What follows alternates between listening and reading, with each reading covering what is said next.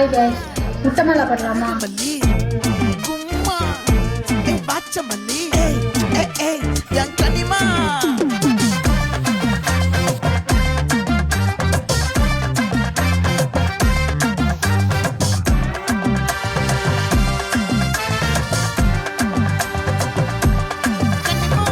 ஆசை பட வச்சான் ஆள விழ வச்சானே மாப்ள